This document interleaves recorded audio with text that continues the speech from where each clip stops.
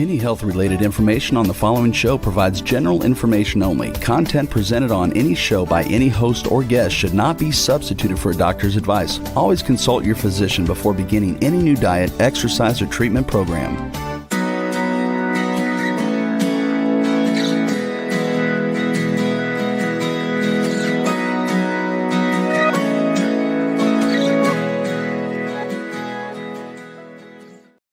Welcome to Accelerated Health TV and Radio Show. I'm your host, Sara Banta. I'm a health coach, natural supplement expert, and a busy mom of three. Make sure you hit the subscribe button below so you're notified every week with my new podcasts on Mondays and Tuesdays. And if you haven't already, join my free group coaching on Telegram with the link below. I teach you on a daily basis with tips and tools to enhance your health, and you will be a part of an amazing like-minded group to support you on your journey, in addition to truly taking control of your health. And my goal is to reach everyone on earth with eyes to see and ears to hear my message of healing.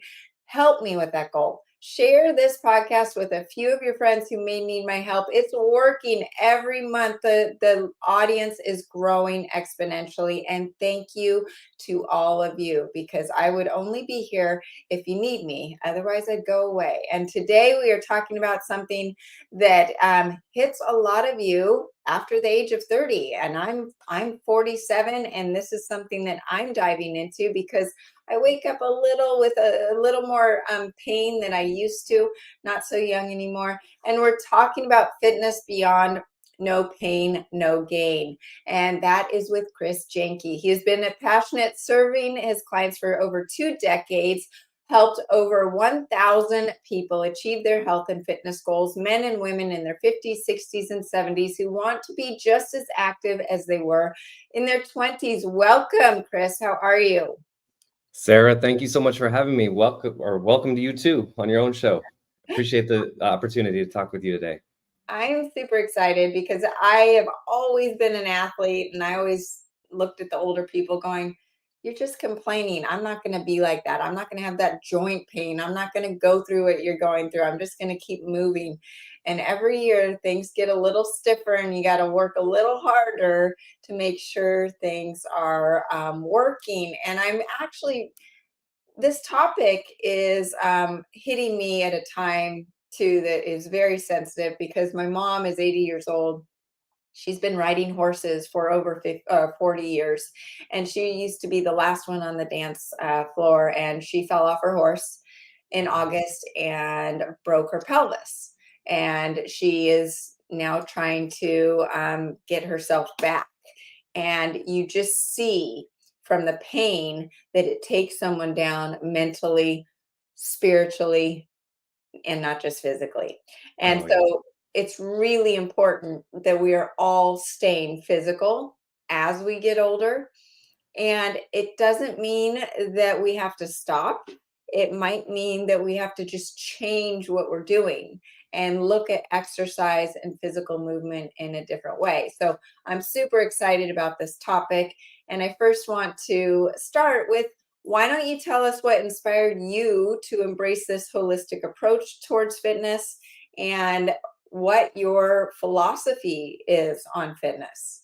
Yeah, absolutely. I've been an athlete like you since I was, I believe, 5 years old. My mom signed me up for soccer, and I always loved it. I loved the practices more than anything, because that's our opportunity to bond as a team. I'm very much a cooperator, and also to work out. Turns out little 5-year-old Chris really loved to exercise and to move.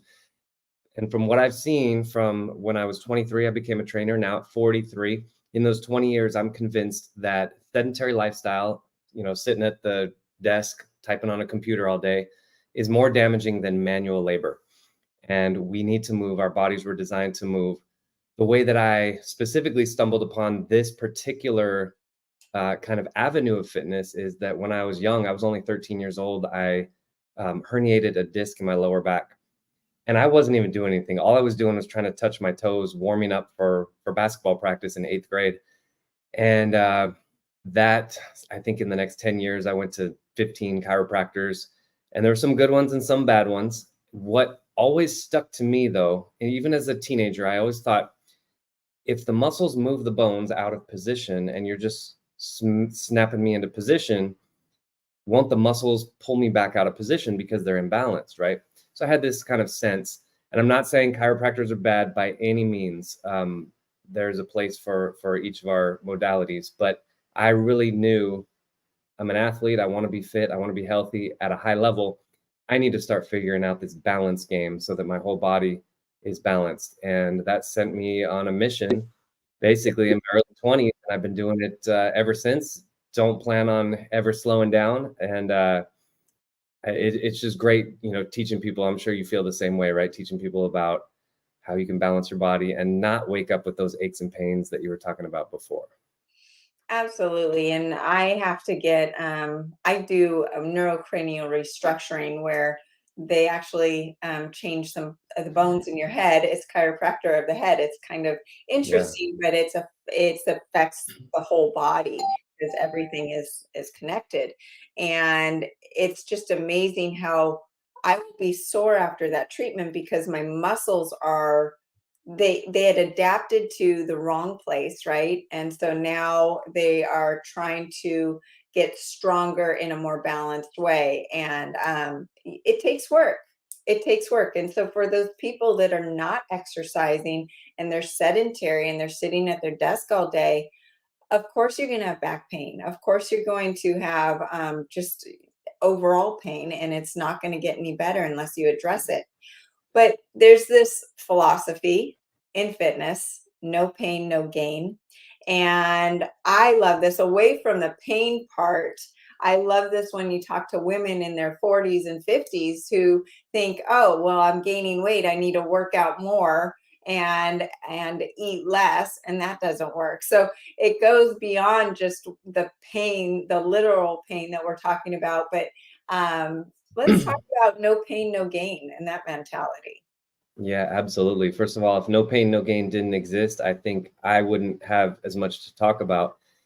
Of course, if you're in your 30s, 40s, 50s and beyond, and you are gaining weight, you need to do something, right? You can't just keep doing what you're doing. So I have changed no pain, no gain to no burn, no earn. There is, for example, when you are lifting weights, there is a burn element. It's not necessarily the most pleasurable thing in the world, although you can sort of condition your mind to associate good feelings with that burn. And you see plenty of people who have crossed over that threshold and they love that burn. The difference is that you know when to stop, you know when to pull back. And as we get older, it's not that we can't get fit, it's not that we can't get healthy, it's that our margin of error is much slimmer, right? I could eat Pop-Tarts and Twinkies all day as a teenager and I could still gain muscle.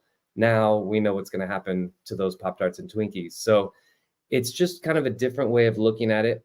I've been saying this a lot recently, that consistency is more important than intensity. So, New Year's is coming up, right? January is coming up, and everybody's going to say like, oh, I want to work out 5 days a week. I want to work out this. I say, think about what you're going to be talking about next December, right? Give yourself a Christmas present or Hanukkah present, whatever holiday you celebrate next year, 2024, and say, my gift to myself is that over the next 12 months, I'm going to gradually increase the amount of exercise. And what's great about this too is that as you increase the amount slowly, the intensity just follows. So no pain, no gain becomes completely irrelevant, right? Like there are some days personally where I really feel like going intense, and I do it. Most of the time I'm like, just chilling because I want to live to fight another day. I want to be here tomorrow to do another workout. So What people don't understand, and I'll talk about the back specifically, is your adrenals are in your back. And people who are stressed in whether it's relationships or work, or they're over stressing their body during exercise, those adrenals will get burned out. They're sitting on top of the kidneys. What happens then? The kidneys inflame, and then you throw your back out.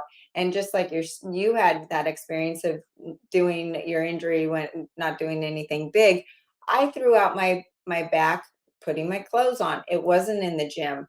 And so it's that lifestyle. It's not just what you're doing in the gym, but the overall mindset of your 24 hours a day. Are you sleeping? Are you recovering? Are you eating anti-inflammatory foods that are going to help that you feel better so that you have the energy in the gym?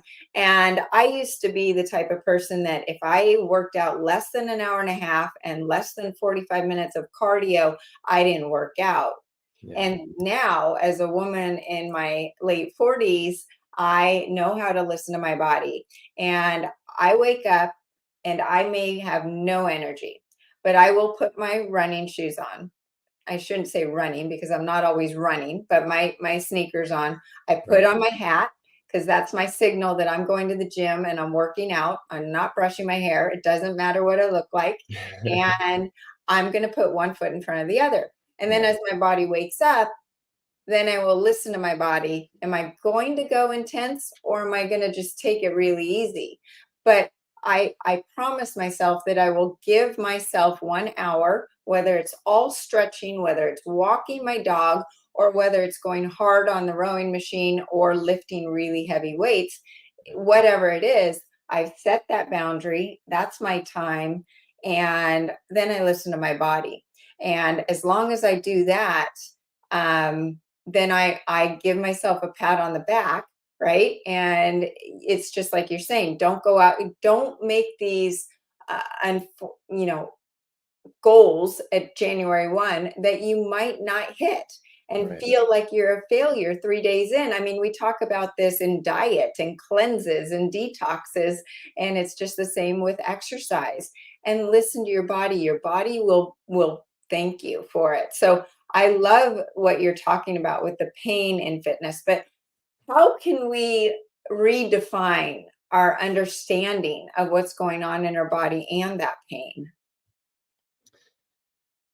I think that's a great question. That's one that maybe I haven't thought about as much. Redefining, if the pain's there, it's there, right? There's nothing you can do at this exact moment. I think there's a lot of value in all the technology that we have, MRIs, X-rays, doctors' evaluation, things like that. Make sure you don't have a broken bone, things like that you just want to rule out. A lot of times, and I don't know what the number is exactly, but it is I would imagine a high percentage, it's soft tissue, and it's a result of our lifestyle. So if you think about it like this, like I think a good analogy is like, if you had, let's say you have a cup of water, or let's say you have a glass of soda. No, we're a health show. We don't want to use soda. Let's say you have a glass of Gatorade in the, one of your kids like drank half of the Gatorade and put the cup in the sink, right? And if you were to turn on the faucet, you could pour water into that Gatorade, and it's not going to immediately turn into 100% water, but you'll see that it gradually turns less yellow and it starts to turn more clear, right? And so I think it's very similar in what we do with our habits, right? The body that I'm living in right now is the result of all the past habits that I've done. If I want to change anything from now going forward, I can't worry about the past. I can learn from the past and say, okay, well, what did I do last week that led me here? And so, in other words, taking a very non-judgmental approach and just saying, okay, I see where I am now. I'm working out once a week, and it's, a 30-minute walk, and I eat okay, and, maybe one meal a day, I eat pretty good. Okay, what are these people doing who are super healthy? And then take a step-by-step approach. The big thing, if you work out once a week, how about next week work out twice? That's a victory, right? So I think changing how we look at things in the sense of we want it more directionality as opposed to a destination. Because I'll tell you, I'm already right now at 43, I'm fitter than I thought my goal was, right? So if I would have stopped when I hit what I thought was my goal, I'd be done. But if we think more in terms of directionality, then we're never done. It's always like very slight tweaks left, right, and not in a stressful way, right? But just in a way like, okay, I think I can optimize around this or that. And so I hope I answered your question, but I think that's kind of the lens we want to look at it, is more in terms of directionality, cutting ourselves a break, and just making small changes over time. I think about my brother when we talk about pain and fitness because he is a type A personality and he goes hard. Yeah. And he rode in high school. He started college and rode in college, but I believe it was his knees that started hurting. So then he went into cycling because that was easier on the knees, and he joined the cycling team. Well, his knees then couldn't handle that. And then he got on the windsurfing team, and he just moved to different sports that worked for the pains in his body. And today he's one of the most active people. And now I know where my son gets it. My son, when he was growing up, he had to go to a soccer and a baseball practice every day to just get the energy out. Now he's a 21-year-old in Utah at college, and he will mountain bike ride and go skiing and go to the gym all in one day just to exhaust that energy. But it helps his mental state. So Yes. that's where I want to go into whatever it is for you, whatever makes you want to move is what you should do.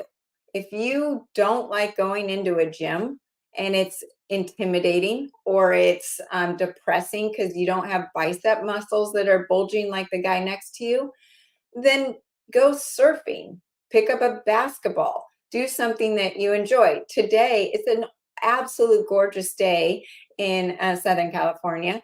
I made sure that I was able to take my dogs for a run late morning when it's warm and sunny instead of when it was still cold in the morning. So I moved my day around, and it just brightened my day and my mental state for the day. So I want to talk about the mental aspect that goes into fitness and the mindset. Yeah, absolutely. I think that's huge. We have so many other things that we're interested in addition to health and wellness. So for example, last night, I went on a walk last night. I really enjoy looking at houses. And I just walked around the neighborhood and I was kind of discovering these new houses that I had never paid attention to before. And I tell people this is like a big, I guess it's not so much a secret. I really don't like gym culture. I think I think it sets people up to maybe not completely fail, but to kind of doubt themselves. When you walk into the gym and you see all these other people in there, and probably 99% of them have been coming for at least a month. And in 1 month time, you can sort of get enough confidence to go in there and look like you really know what you're doing. So if you're first day in the gym, you're looking around thinking all these are like professionals and wow, I'm really out of my league. I like what you said about walking your dogs. Walking is huge. It's such a great form of cardio. Getting a dog is such a great way to guarantee that you will have to go out every day. The dog is like the best personal trainer that you will have because they will not let you quit because they have to go to the bathroom, right? It's just very, very important. Little things that you can do like that. If you're not a dog person, scheduling an appointment to meet somebody, or one of my clients, I host a live Zoom class every Monday, Wednesday, Friday. And so we focus on flexibility and strength. So he lifts weights. And then after the strength workout, he walks 2 miles to get a coffee and he meets his friend over there. And then he walks back. And he said, just doing that in my class alone, he's lost 25 pounds. And I don't think he's, taken too much into account with his nutrition, probably eats a little less. He's not really too concerned with it. And that works for him. And that's great. And I think bottom line, what you and I are both, it seems like in agreement on, I hope we keep telling your audience over and over again, is start where you are and, take one step. And that one step will be in the area that you feel like either most interests you or makes you feel the best, or maybe it's the one that that once you conquer it, you're going to feel amazing about yourself. There's really no wrong direction, right? Because whatever direction you go, it's going to be better than where you are right now. I love that. I love walking. I think it's underestimated. When I'm stressed and I have to take those dogs on a walk, I feel my stress level lower. When that happens, my cortisol comes down. When that happens, my ability to burn fat and retain muscle increases because cortisol eats away at those muscles and it stores fat. So whether you are a high-stressed CEO or a mom that has kids running around and you don't have the bandwidth or the time to do that, there's always time to take a 15-minute walk and do that. And that's going to help with your physical, mental, and your spiritual health. I always tell people that walking is a time where you can get on a phone call. You can listen to a podcast. You can listen to a sermon. You can do whatever feeds you while you're doing that. And it really is something that will only benefit you. So you mentioned flexibility. And I'm laughing because my 3 kids are athletes. And because they're young, they can get away with not stretching, right? Yep. Yep. As you get older, it's like, oh, that hurts. Let's talk about the importance of flexibility as you're getting older. Yeah. It is important. And I feel like I'm a little like Benjamin Button. Like I was an old man at age of 13. I told you I don't know if I said trying, but I was trying to touch my toes. I couldn't actually touch my toes even at 13. And so if we think about day to day, what we're doing in our day to day, right? You get out of bed, there's like a twisting motion, right? You go to brush your teeth. Some people will put their head under the faucet when they brush their teeth. There's kind of like a twisting, bending motion, going down to tie your shoes, right? And all these different things we do, walking, standing, sitting. And what we do in the gym or wherever you work out, in your living room, whatever you're doing to prep your body for the day should be harder than whatever you do in your day. So if you're not doing enough to prep for the day, then when you go unconscious when you're moving, because who's really that conscious when they bend down to tie their shoes, you go unconscious, but you haven't trained that range of motion and past it, there's more potential for risk, especially as we get older. So it doesn't have to be a lot, but I'm going to introduce just a real quick concept that I call the core 3x3. So it's a very simple way to look at range of motion flexibility. So if you think of 3 main body parts, so you have your lower body, we'll just say your arms. So you have your legs, your arms, and your core. So let's call the core your hips, your whole pelvis, all the way up the rib cage spine area, right? So you have hips and legs, shoulders and arms, and you have your core. There's 3. We have 3 dimensions in gravity, right? Front to back, side to side, and twisting. So if you imagine like a Google sheet or a Microsoft Excel document, you have your 3 here and you have your 3 like over here. And then, so that creates 9 boxes, right? So if you think of each body part and then you think of each range of motion, that's sort of the general direction that I always want to go with my classes and anything I do on my own. So for example, hips can go front to back, right? Think of like a leg raise or like a donkey kick. Can go side to side. So I can raise my leg out to the side. And then twisting is like twisting that femur inside that hip socket. So there's 3 out of 9 right there. You can go same 3 with the shoulders, right? You can do front to back motion, side to side, and then that twisting motion this way as well. Core, same thing, core, torso, rib cage, front to back. So think crunches, Superman, side to side. So like a windmill, and then any kind of twisting motions. Then kind of add on top of that, you want to tailor it to your level, right? So once you're there, start at level 1, gradually over the next couple of weeks, ramp it up, level 2, level 3. So this is how, just going through that framework of core 3x3, this is how you can look at almost anybody and see what workout they're doing and knowing if they're getting a full balanced picture and a balanced range of motion, and it'll allow you to move kind of every joint every day so that, right, your training is up here and your day-to-day is much lower. So you go to tie your shoe, no big deal, because you've already been training all these ranges of motions that are more intense than reaching down to tie your shoe. So if someone wakes up and they typically work out in the morning, do you recommend warming up before you stretch, or do you recommend going right into these motions? Yes, both. It depends. I always think it's like, sounds like a cop out when I say it depends. It depends on the individual. It depends on how long you've been doing your workouts. Okay, so I'll give you both scenarios. If you stretch before your body's actually temperature warm, not the end of the world, it's not bad.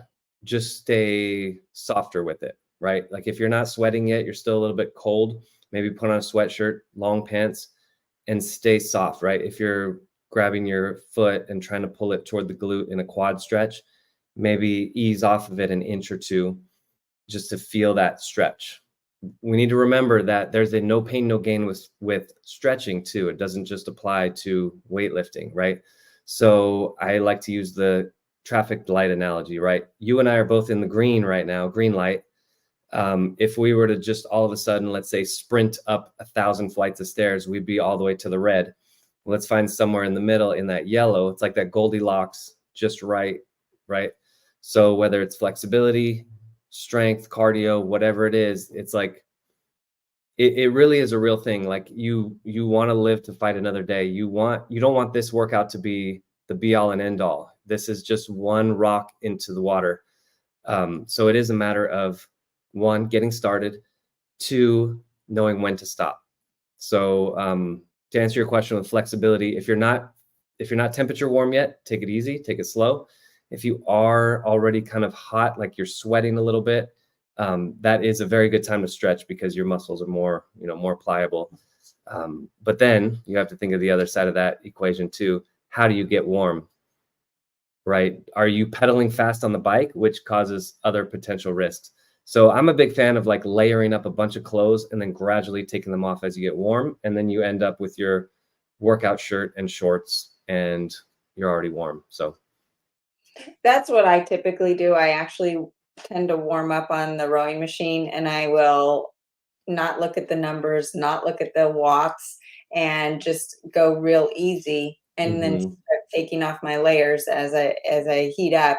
And then it's interesting how by the end of my warm up, my stroke rate and my power are so much better than the beginning, and the circulation and the blood flow and all of that. And I'm like, oh, I actually have energy today, when maybe an hour before, and I was getting out of bed going, I don't have the energy to work out today. And now all of a sudden it's working for me. So it's really interesting how the body and just warming up and getting there will make a difference in how you actually are able to perform. And then that energy that carries you through the end of the day, right? Yeah. What you just said there, Sarah, is perfect. It's you're going in and you're not thinking about hitting a certain external wattage or stroke rate or anything. You're listening to your body and letting it come organically from there. It's perfect. Yeah. Right. What are some alternative fitness practices that help with that joint friendly movements and can help with, all people, whether it's my mom or me? The first thing that came to mind, it's not so much alternative, but foam rolling is very effective. Basically, you're giving yourself a massage. You can use a foam roller, you can use a baseball, you can use whatever, you can use the side of a table, right? Just pushing into it. So massage type things, and actually going to get a massage. This is one thing that I've recently started doing. I'm only saying this because I've heard so many people say, when I say you should get a massage every month from a professional, they say, oh, that's so expensive. Yes, they're worth it. So what I've been doing is cutting the amount of times I eat out in order to get a massage instead. So I'm not making any more money than I did 2 months ago, but I'm getting a massage. So that's huge. And especially as you start to exercise harder, getting those massages. Alternative modalities, I think I have been personally doing this, and I hope this has been the trend, is like there's so many new things under the sun, right? There's so many different ways to work out, and really none of them is right or wrong. I think you want to go back to the basics though, as far as categories, right? So think about what our bodies actually need, right? We need some sort of resistance training. We need to push against something. So that could be lifting weights. For a lot of people, it would be lifting weights because it's less stressful than doing like body weight, like pull-ups and push-ups, which people think that's reverse, right? Oh, but pull-ups and push-ups there's no weight, but your body weighs more than that 10-pound dumbbell that you're curling, right? So whether it's weights or body weight, or even like, I don't know, if you're a high school wrestler or something, that's resistance. You're pushing against something, right? Our bodies need some form of cardio, whether that's high intensity, low intensity. There's all these debates about it. Do whatever one you like, honestly, because they both work. If you're doing the parameters right and you're getting enough overload. So that's 2. 3 is flexibility, range of motion. And then I would say some sort of deliberate core work, even though you're getting core with a lot of those other things, but some sort of deliberate core work. And then 5 is recovery. So again, that's resistance, cardio, flexibility, core, and recovery. So those 5, and then any activity you can think of under the sun, you can put it in one of those buckets. And then what happens probably to a lot of people is you tend to see that, oh, all my activities that I do are in these 2 buckets. Then you just want to start thinking about the others. And I think it's really good to just have a wide variety of things that you are able to do and that you train consistently. And I think, I know that doesn't quite answer your question, but I think getting back to basics in that way is a good way of taking whatever's new under the sun and putting it in one of those 5 buckets and then really optimizing for that. I agree. And it's interesting because you can get stuck in one of those categories. You go to the gym and you see these guys that are huge up top with these little skinny legs because they're not working on their legs, right? And no flexibility, right? Exactly. So mindfulness, when you are exercising, I always think I talk about him because I just am laughing. I'm sorry. My dad, when he works out, he does these same movements that are so not right with the form, and he's been doing them for the last 40 years. He has not changed, and of course exercise and movement and lifting weights has all changed if you talk to anyone in the industry, but he's doing it robotically. And I know there's studies of guys in the gym that watch themselves in the mirror and being mindful, and that it actually can help grow muscle. And so it makes you realize that the mind and the connection to the muscle of what you're doing actually means a lot. And when I'm somewhat injured, I will be more intentional or mindful of my motion, and I will get maybe even a better workout for those muscles when I'm more injured than when I'm not. So I wanted to ask you about the mindfulness and how that plays a role in exercise. Yeah, this is a great point. First of all, I will clarify for people who are a little bit skeptical of that word mindfulness, right? It sounds a little bit like you're in a yoga class. This is all it is. When you're lifting weights, for example, it's not using momentum, right? Because our body, we always naturally want to make things easier. So if you're doing a bicep curl, there's what's called a strength curve. There are certain parts of the motion that are much harder than others. So for example, in the bicep curl, it's when your elbow's at 90 degrees, that's the most tension, the most strain on the muscle, and then slightly above and slightly below. The top of the motion and the bottom of the motion are much easier. So it gives you the appearance of you being better at an exercise than you actually are if you use momentum during, like you kick off the momentum when it's easy, and then you just ride the momentum up through the hard part and then let it come back down. So what you're saying is exactly right, is if you slow down, you focus on every millimeter of that motion, you hit that hard part, and all of a sudden it feels like you're slowly pushing a rock up a hill. That is so much more valuable. Not only do you get better results, but it is actually safer. So you can make a 10-pounder feel like a 15-pounder if you're deliberate, if you're focused. What's the benefit of that? The main thing is the joints, right? If you're only doing a 10-pound curl instead of a 15, now your joints are happier, less likely to get injured. And then also I think, and I would say the same thing about eating too, right? I know you talk to people about eating, mindful eating. This has been huge for me. Even as a trainer, I was struggling with this. I would eat too much. And then finally, I sort of like conditioned my mind to think like, I hate that feeling of being overly full. I would rather be a little bit hungry after I go to eat out, and then I can always just snack in an hour. So whether it's diet or exercise, same thing. You want to be very aware of what you're doing. The overarching reason I would say, in addition to just the enhanced benefit, is you're living your life, right? Like, who wants to fast forward through their whole life? It's like that one I think it was the Adam Sandler movie, Click. He's like fast forwarding through his whole life. That's what so many of us do. It's like, oh, I got to go to the gym. And then the entire time you're at the gym, you're thinking about what you're going to do next. And then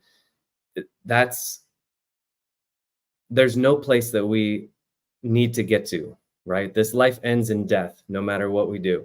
So we don't have to accelerate toward that. We can enjoy every moment along the way. So I think that's kind of the overarching, that's more of like the mindset piece of it. Like, this is not something that I'm just doing here and there willy-nilly. This is my life. I'm doing bicep curls right now. This is my life, right? Yeah. And it takes on more value that way, I think, too. It's not like a vain pursuit. This is like a very deep, very meaningful pursuit that we're undertaking. I love what you're saying, because you're right. It's just about the food and the exercise and everything you're doing in life. I have a client who has been on my supplements, been doing all the right things, exercising, everything. And finally she got off a plateau. And I said, what's changed? Because I know your diet hasn't changed, your workouts haven't changed. And she said, I'm forgiving myself, and I am eating. When I eat, I'm more intentional. So she's actually sitting down. There's a reason that every religion prays before they eat, because it is just that moment of, okay, I'm in rest and digest mode. I'm not in fight or flight. That's a reason why I like to intermittent fast before podcasts, because my body is not resting and digesting. Right now is not that time. But when I sit down for my meal, I take a moment, I pray, and I really look at my plate to see what I'm eating, so that I can be blessed for what I get to consume. And imagine that nourishing my body, going to my muscles, going to my brain, doing all what it's doing, instead of looking at it going, that's going to make me bloated and constipated and my hair fall out and all of that, and I'm going to get fat. Those thoughts don't go through my mind. And it's that relationship with food, and it's also the relationship with your body when you're exercising. And I like to listen to motivational podcasts when I'm working out. Why? Because it makes me feel good. It makes me feel good about me. It makes me feel good about what I'm doing for my body. And that mindfulness piece is there. And when you're talking about taking that 10-pound weight and making it into a 15-pound weight, it's amazing how heavy a 10-pound weight can be when you are mindful of every little motion. And you could be doing, you could be strengthening your core while you're doing bicep curls, because you're focused on your core. You don't have to be doing 1,000 sit-ups to be working out the core, but it's the mindful piece. And so I wanted to ask you, before we get into some supplements that you all can use to help with the joints, and so that to get you out of the pain. But what are some examples or stories of individuals that have successfully embraced your approach and moved beyond that traditional mindset? Yeah, my favorite story is now she's my friend. She started as a client, Nancy, and I think Nancy started with me. She was in her early 60s, I believe. She had a very active life. She was a fitness instructor and a firefighter, and retired at this point. She had arthritis in her hip socket, bone on bone. I saw the x-rays. It was just like, boom, it was just like wedged in there, and a lot of pain. And she had two surgeons telling her, total hip replacement. And I think a third was saying, oh, I can do like a partial resurfacing. Everybody was saying you need to somehow go under the knife, right? And I told her, I said, look, I can't offer any guarantees. A lot of my clients have felt amazingly just great after doing this for just a couple of weeks even. And I'm not saying anything about what will happen with the actual hip socket or anything like that, but let's just get you some relief because the surgery was a few months out. She said, okay, that sounds good. So she was dedicated, right? She's retired. She has plenty of time. She did this for 2 hours a day or something like that. I mean, a lot of time every day. And she knew the power of, fitness, and the body changes over time. So anyway, fast forward 1 year, and she actually delayed the surgery because she was pain-free enough. Like 3 months later, she said, you know what, doc, I'm not saying no to the surgery. Let's just delay it. So anyway, fast forward a year. We'd been working together a year. She still hadn't gotten the hip replacement. And she went to get another x-ray. And I had only been doing it for maybe 8 years. So I was just dumbfounded at what she showed me. Her hip was like this. There was joint space. So between the head of her femur and the inside of her hip socket, there was space. And there were little, like, they look like little wispies and like little polka dots in between there, like white, same color as her bone. I said, what are those little things? She said, that's cartilage. My body is regrowing cartilage because before you got bone on bone, the body could regrow cartilage all day long. The bone on bone is just going to rip it apart. So now that there's joint space, I actually have cartilage growth. Now, I'm not saying this was like one, no guarantees, right? But two. Ooh, I think she did end up was that. Uh-oh, can you hear me? You good? We're good. Okay. So she did end up getting a hip. Actually, I think she got a resurface, not the full total hip, but she was able to wait 5 years. And I forgot what it was called, but there was a certain technology that had developed in those 5 years. So she had a much better result of that hip replacement. So again, not saying cure, not saying fix anything like that, but put her in a better position to do what she needed to do and kind of delayed some of that. That's very unique though. Most of my clients come in for back pain because that's what I suffered with. And that's just, what I teach. But really the body is meant to function in a balanced way, right? We have opposing muscle groups. We have bicep, tricep. We have, shoulder, lat. We have hamstring, quad. And when one side overpowers the other, it pulls that joint out of position. And then you move for a prolonged period of time with compromised mechanics.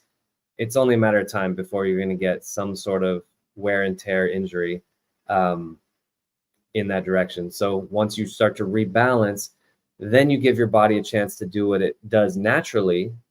And this might be a good segue for what you're talking about, because I know, Sarah, you do nutritional supplements. If you're putting the right stuff in your body and you're giving the body the mechanical chance to do something with those nutrients, then you got a win-win situation right there. Absolutely. And I love what you just said, because unfortunately, guys, it's 80% diet, what you're eating and what you're not eating, and supplements you're taking, because the food is absent of the nutrients we used to get. And then it's 20% of the working out. So quickly, I wanted to just touch on some supplements to help alleviate any chronic pain, and so that you can be more successful in your workouts. And number one is the Accelerate iodine. Why? It's extremely anti-inflammatory. It induces apoptosis, which means it destroys the diseased or damaged cells that are causing the chronic pain. And that was probably what was happening with Nancy. It induces DNA repair, helps heal at the point of chronic pain. It cleans the blood so the liver can do its job detoxing the toxins that cause the acidity and inflammation leading to pain. And it supplies the needed iodine for the thyroid hormones, T3 and T4, to support the metabolism and thyroid health. So you have the energy to get out of bed and go to the gym or go play basketball, whatever it is you want to do. And it's known that a sluggish thyroid is connected to a lack of circulation and worsened inflammation. So we want to reduce reduce that inflammation. I have people that go through my cleanses who are thinking they just want to lose weight. And then they come back to me going, Sara, my pain in my back is gone. What happened? Well, it's because you're taking the anti-inflammatory supplements and eating an anti-inflammatory diet. It's amazing what that will do. You can actually use the accelerated iodine with the accelerated castor oil together, mix them together, and rub it on scar tissue pain. It's very effective. And you can use it in a castor oil pack over a knee or a joint to help reduce that inflammation and induce that healthy apoptosis in order to repair the traumatized cells. And the next is the accelerated thyroid, because hypothyroidism, which I believe most people are suffering from after the pandemic, can lead to a higher risk of developing arthritis, fluid buildup in the joints, joint swelling, and chronic pain. So it also affects thyroid hormones, affect the rate of bone replacement. You better believe that my mother is on accelerated iodine and accelerated thyroid, and I make sure of that every single day. The accelerated ancient salt. So it's not just any salt, but it's strongly negatively charged to pull out the toxins, parasites, undigested fats that cause inflammation and swelling, and provides 62 alkaline minerals. So you need your electrolytes for that intracellular hydration, not the extracellular inflammation. It also helps improve circulation and reduce the acidity that causes pain, and it increases blood volume. Really important to be using that salt. I know a lot of people who will put that salt in their water before their workouts and feel like they're getting a better workout and have more energy during the workout. And third is the accelerated keto, because when you trigger ketosis in your body, which it does within 30 minutes, chronic pain will actually reduce. It naturally reduces the oxidative stress and inflammation that's contributing to your pain. Ketones produce less waste in the body than glucose, and that waste contributes to inflammation and chronic pain. It provides physical and mental energy. I take it before my workout and I can go a lot longer. Even my son, he used to say, Mom, I get tired when I'm swimming my laps or whatever athletic endeavor he was doing. He's like, I'm not out of breath. It's really interesting. It provides that physical and mental energy to get you off the couch if you're a sedentary person, to help get you moving and motivate you to move in and make that change in your life. And it suppresses the sugar cravings that are causing the inflammation of the body, cleanses the liver on a daily basis, and helps lower uric acid, fatty liver, and insulin resistance, which all worsen chronic pain. Lastly, I'll just mention the liquid BioCell collagen. After that age of 30, we lose collagen, and collagen represents more than 90% of the organic matrix. It's needed to help manage inflammation and help improve the lubrication in the joints and the bones. So those are my top. There's a lot more that you can use for your joints and to get you moving. You definitely want to focus on that wild animal protein, the bison, the deer, elk, all grass-fed. Stay away from the chicken. It's got those amyloid proteins that I've talked about. Stop eating the oxalates. Oxalates steal minerals out of the body, and they can actually cause issues in your joints, your genital issues, rheumatoid arthritis, stiffness, soreness. Not good. And those don't kill me. I'm just the messenger. That's your chocolate, the berries, the kale, spinach, almonds. Almonds and nuts are something that athletes love to use for that good energy, but those nuts are full of oxalates, so you might have an issue with that, and that might be causing more pain. And the sulfur foods, so those are those healthy vegetables like the broccoli, cauliflower, cabbage. They can lead to issues of inflammation, arthritis, ulcerative colitis, even mental issues. So be careful with those, and just take note. You might be okay with some of these foods, but you might not. Chris, where can people find you? I'm at healthintherealworld.com. I love it. I love what you're doing, and you're bridging that gap for people that want to be more fit, but do it in a more gentle, no pain, no gain, less mentality, getting away from that mentality. So thank you for coming on. And I've been on your show, love working with you, and super excited to see what people come, with your program and how they heal themselves. So thank you. And thank you everyone else for joining us today. If I can help you with your health issues, contact me directly through the website, sarabantahealth.com.